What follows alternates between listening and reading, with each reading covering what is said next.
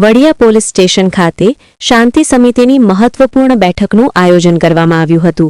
આ બેઠકમાં વડિયા પીએસઆઈ પીડી ગોહિલ સાહેબની આગેવાની હેઠળ મુસ્લિમ સમાજના બિરાદરો તેમજ ગામના આગેવાનો ઉપસ્થિત રહ્યા હતા। આ પ્રસંગે વડિયા સરપંચ મનીષ ઢોલરિયા, શૈલેષભાઈ ઠુમ્મર તેમજ પત્રકાર મિત્રો ભીખુભાઈ વોરા, કિરીટભાઈ જોટવા, જાવેદભાઈ બાલાપરિયા, પરેશભાઈ પરમાર, રાજુ કારિયા, જીતેશગીરી ગોસાઈ અને બ્રહ્મ સમાજ પ્રમુખ અશ્વિનભાઈ મહેતા હાજર રહ્યા હતા।